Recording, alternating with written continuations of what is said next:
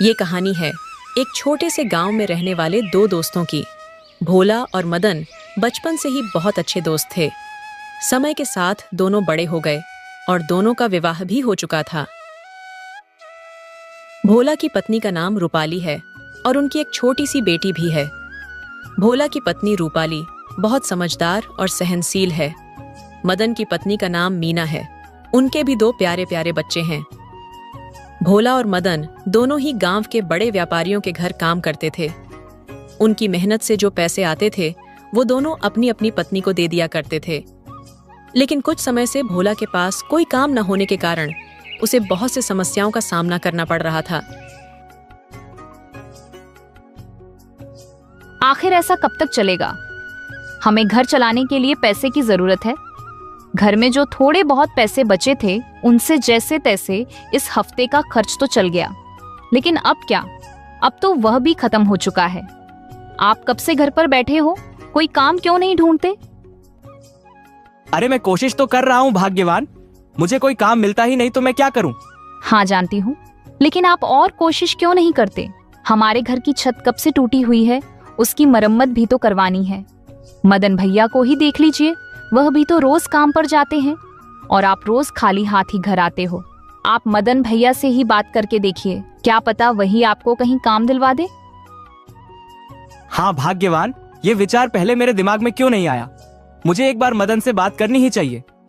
तुम चिंता मत करो, मैं जल्दी ही कोई काम ढूंढ लूंगा। अगली सुबह भोला मदन के घर जाता है।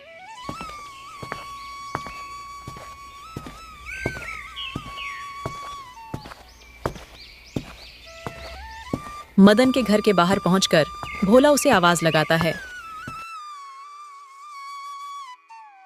घर पर कोई है क्या? मदन भाई घर पर हो क्या? जरा बाहर तो आओ।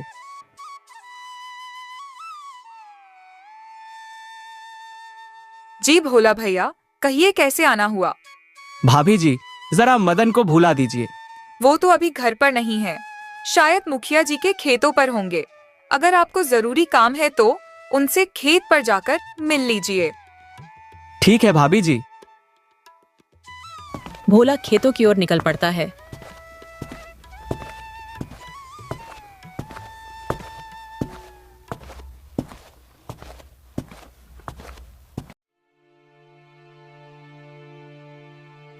अरे मदन भाई, क्या तुम्हारे यहाँ काम करने की कोई जगह है?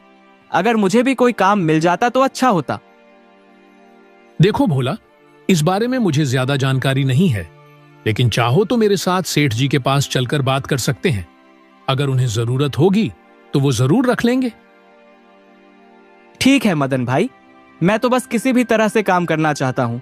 हाँ ठीक है, कल सुबह जल्दी आ जाना। ठीक है, तो फिर हम कल सुबह मिलते हैं।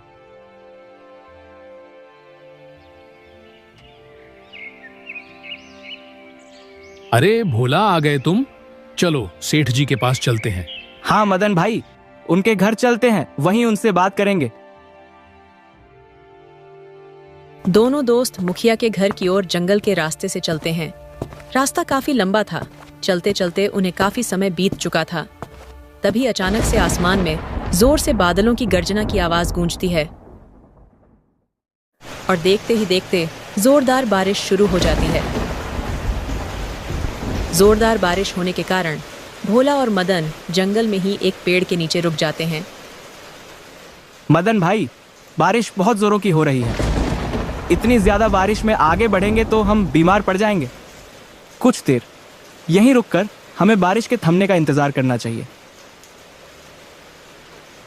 तभी तो भोला की नजर सामने की झोपड़ी पर जाती है और उसे वो मदन को दिखाते हुए कहता है। अरे मदन भाई, वो देखो वहां एक झोपड़ी है। चलो वहां चलकर किसी से मदद मांगते हैं। जब तक ये बारिश नहीं रुक जाती हम थोड़ी देर वहीं रुक जाते हैं। दोनों झोपड़ी के बाहर जाकर खड़े हो जाते हैं और भोला आवाज लगाते हैं। घर में कोई है क्या? हमें आपकी थोड़ी मदद चाहिए थी। हाँ बेटा, अंदर आ जाओ। दोनों दोस्त अंदर आते हैं तो उन्होंने देखा कि एक बूढ़े बाबा अंदर बैठे हुए थे। बाबा, हमें थोड़ी मदद चाहिए थी। हम दोनों बाजार के लिए निकले थे, लेकिन रास्ते में अचानक से बारिश शुरू हो गई। और हम लोग यहीं फंस गए।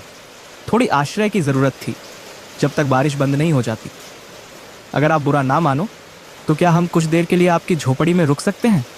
बारिश रुकते ही हम ठीक तभी यहाँ से चले जाएंगे। हाँ हाँ बेटा, क्यों नहीं, आओ बैठो। तुम जितनी देर चाहो यहाँ रुक सकते हो। दोनों चुपचाप अंदर आकर बैठ जाते हैं। बूढ़े बाबा चूल्हे पर खाना बना रहे थे। खाने से बहुत अच्छी खुशबू आ रही थी। खाने की खुशबू बार बार दोनों का ध्यान चूल्हे की ओर ले जा रही थी, लेकिन दोनों ये सोचकर अपना मन मार लेते कि बूढ़े बाबा ने थोड़ा सा ही खाना पकाया होगा। लेकिन बूढ़े बाबा को सब समझ में आ रहा था। आ जाओ बेटा, खाना बन गया है, आकर खाना खा लो। भूख तो दोनों को लगी थी, लेकिन वो लोग अपने मन को टालते हुए कहते हैं, नहीं बाबा, आपने तो थोड़ा सा ही खाना बनाया होगा, उसे भी हम खा लेंगे तो फिर आप क्या खाएंगे? बेटा तुम मेरी चिंता मत करो, यहाँ हम तीनों के लिए ही पर्याप्त खाना है। आओ खा लो।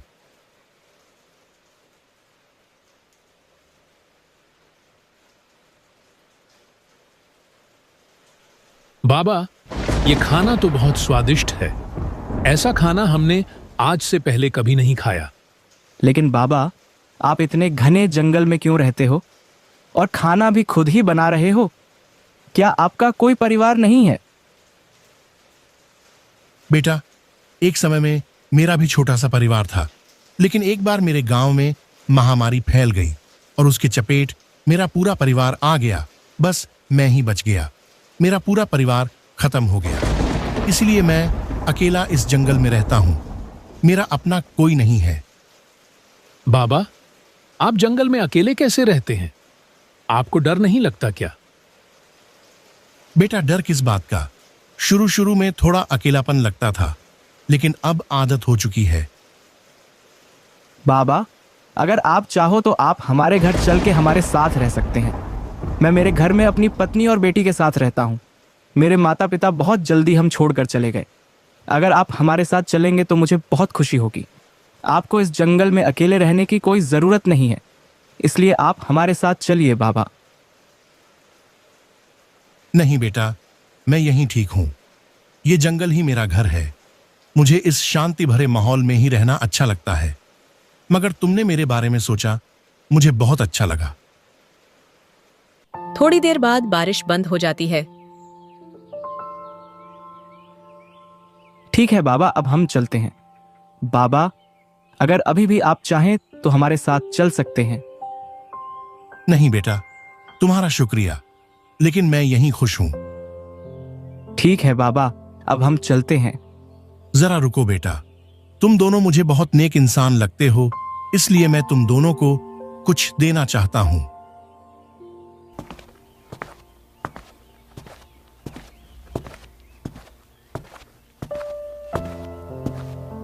बूढ़े बाबा अपने घर के एक कोने से एक घड़ा उठाकर लाते हैं और उस घड़े को भोला और मदन को देते हुए कहते हैं, बेटा, इसमें मेरे पूरे जीवन की जमा पूंजी है।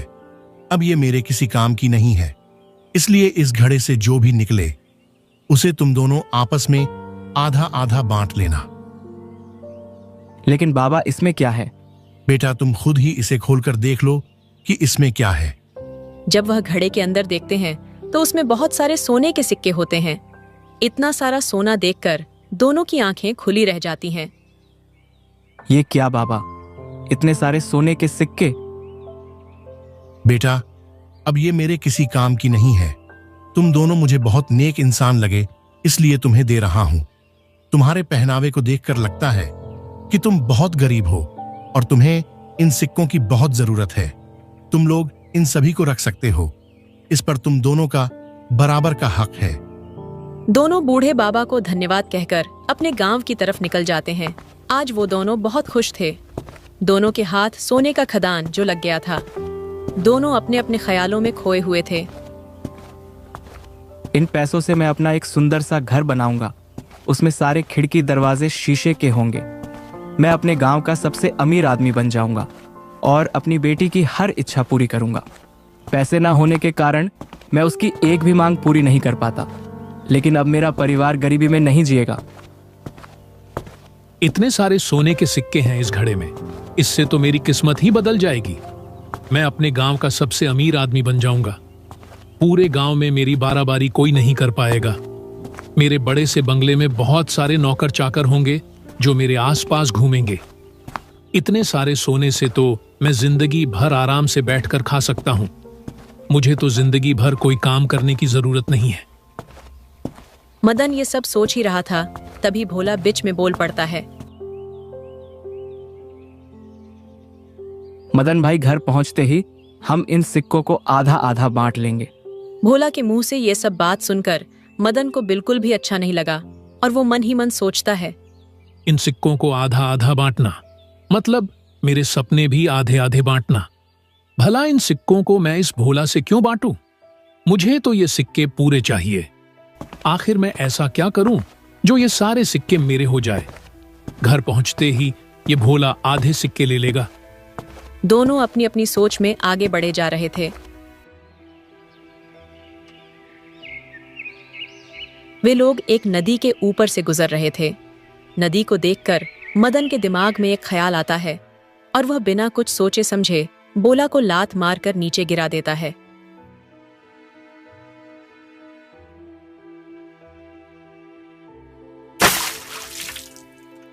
भोला जैसा ही नदी में गिरता है, वो मदन को आवाज लगता है, मदन भाई, मैं नदी में गिर गया हूं, मुझे बचाओ मदन भाई, मुझे बचाओ। भोला भाई, तुम गिरे नहीं, बल्कि मैंने तुम्हें धक्का देकर गिरा दिया है ताकि ये धन मुझे तुम्हारे साथ बांटना ना पड़े। अब ये सारे सोने के सिक्के मेरे हुए। इतना कहकर मदन वहां से चुपचाप चला जाता है और बेचारा भोला नदी में ही डूब जाता है।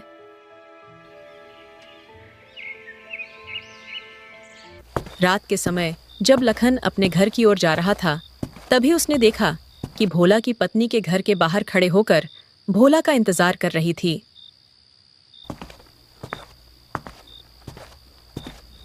जब रूपाली ने मदन को अकेले आते हुए देखा तो उसने पूछा, मदन भैया भोला जी अभी तक घर नहीं आए, वो कहाँ रह गए? वो भी तो आपके साथ ही गए थे ना? मदन ने सारी बातों को छुपाते हुए कहा, हाँ बहन, हम दोनों साथ ही गए थे। मैंने अपने सेठ जी से मदन की बात भी करवाई थी। सेठ जी ने उसे कल से काम पर बुलाया था। इसके बाद भोला वहां से चला गया और मैं तो दिन भर अपना काम कर रहा था। मैं तो अभी अपना काम करके घर लौट रहा हूं, तो भला मुझे कैसे पता होगा कि भोला कहाँ है? ये सुनकर भोला की पत्नी और भी घबरा जाती है। भैया भोला जी अभी तक घर नहीं आए, मुझे समझ नहीं आ रहा है, मैं क्या करूं? भैया मेरा दिल बहुत घबरा रहा है। चिंता मत करो बहन, हो सकता है उसने कहीं और भी काम की तलाश की हो और देर रात हो जाने पर वहीं रुक गया हो। मुझे पक्का विश्वास है वह कल सुबह तक वापस आ जाएगा। इतना कहकर मदन वहां से अपने घर की ओर चला जाता है। भोला की पत्नी बहुत परेशान थी, लेकिन मदन ने उसे समझाते कहा था कि वो सुबह तक का इंतजार करें, इसलिए वो किसी तरह से सुबह तक का इंतजार करती है। जैसे तैसे रूपाली ने चिंता में रात काटी।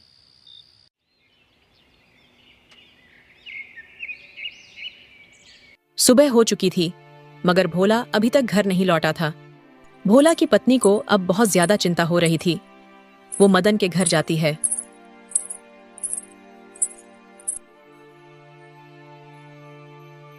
मदन भैया ये अभी तक घर नहीं आए, पता नहीं अभी तक कहाँ है। ये ठीक तो होंगे ना? मदन परेशान होने का दिखावा करता है और कहता है, चिंता मत करो बहन, मैं अभी जाता हूं और भोला को ढूंढ कर लाता हूं। इतना कहकर मदन वहां से चला जाता है और बाजार में जाकर बैठ जाता है।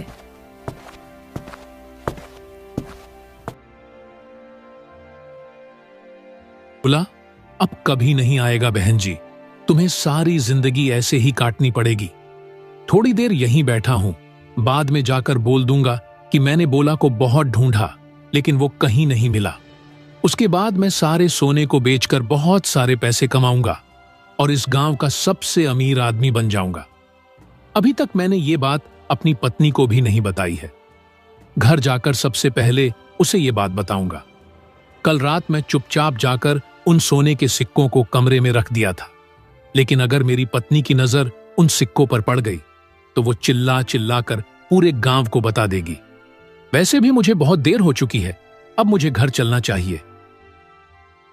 मदन वहीं पर 4-5 घंटे बैठकर आराम करता है और फिर अपने घर चला जाता है। वो बहुत निराश होने का दिखावा करके भोला के घर पहुंचता है और रूपाली को आवाज देता है। बहन, घर पर हो क्या? जरा बाहर तो आना। भोला की पत्नी बाहर आती है और वो उसे बताता है कि उसने भोला को बहुत ढूंढा, लेकिन उसे भोला कहीं नहीं मिला। बहन, मैंने भोला भाई को बहुत ढूंढा, लेकिन उसका कुछ पता नहीं चला। पता नहीं भोला कहाँ है। तभी रूपाली के पीछे से भोला सामने आता है और भोला को देखकर मदन के होश उड़ जाते हैं। अरे भोला, तुम यहाँ कैसे? क्यों भाई, मैं अपने घर पर नहीं रहूंगा तो और कहाँ रहूंगा, लेकिन लगता है तुम मुझे यहाँ देखकर खुश नहीं हो। मदन भोला की बातों का कोई जवाब नहीं देता। उसका दिल जोर जोर से धक धक कर रहा था, क्योंकि वो भोला को देखकर बहुत परेशान था और उसे डर भी बहुत लग रहा था। इस भोला ने तो रूपाली बहन को सारी बात बता दो होगी। हे भगवान, अब तो मुझे कोई नहीं बचा सकता। मुझे यहां से जल्दी ही निकल लेना चाहिए। जल्दी से घर जाकर सारे सोने के सिक्के लेकर अपनी पत्नी के साथ कहीं दूर भाग जाऊंगा और फिर ये बेवकूफ कुछ भी नहीं कर पाएगा। लेकिन भोला अभी तक अपनी पत्नी को कुछ भी नहीं बताया था। भोला और मदन सिर्फ एक दूसरे को देखे जा रहे थे। बिना कुछ बोले मदन दबे पांव चुपचाप वहां से खिसक लेता है।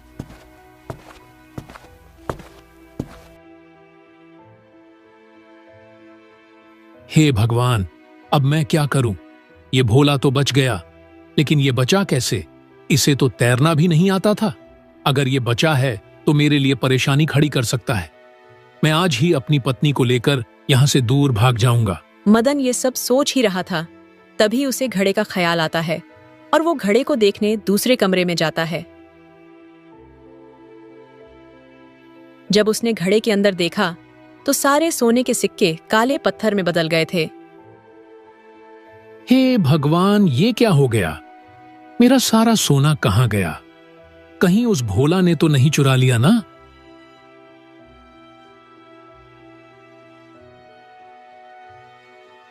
बाबा, आप यहां कैसे? अपनी गंदी जुबान से मेरा नाम मत ले दुष्ट। तू बहुत बड़ा पापी है, जिसने चंद सिक्कों के लिए अपने दोस्त की जान लेनी चाहिए। यही तुम्हारी सजा है। तुमने अपने दोस्त की जान लेने की कोशिश की। अब तुम्हारे पास न तुम्हारा वो दोस्त है और न ही सोना। अब जिंदगी भर इन पत्थरों से ही खेलते रहना और अमीर बनने के सपने देखना। बाबा, मुझे माफ कर दीजिए। मुझसे बहुत बड़ी गलती हो गई। मैं लालच में पड़ गया था। माफ उनको किया जाता है जो गलती करते हैं, लेकिन तुमने तो गुनाह किया है दुष्ट इंसान। किसी व्यक्ति की जान लेने की कोशिश की है तुमने, और अब यही तुम्हारी सजा है। इतना कहकर बूढ़े बाबा वहां से चले जाते हैं। मदन को अपने किए पर बहुत पछतावा होता है। मदन अपने पास से वो सब कुछ गवा देता है जिसका उसने सपना देखा था। इधर भोला के मन में काफी उथल पुथल चल रही थी। मैं क्या करूं? भाग्यवान को सारी बात बताओ या नहीं जो मेरे साथ हुआ।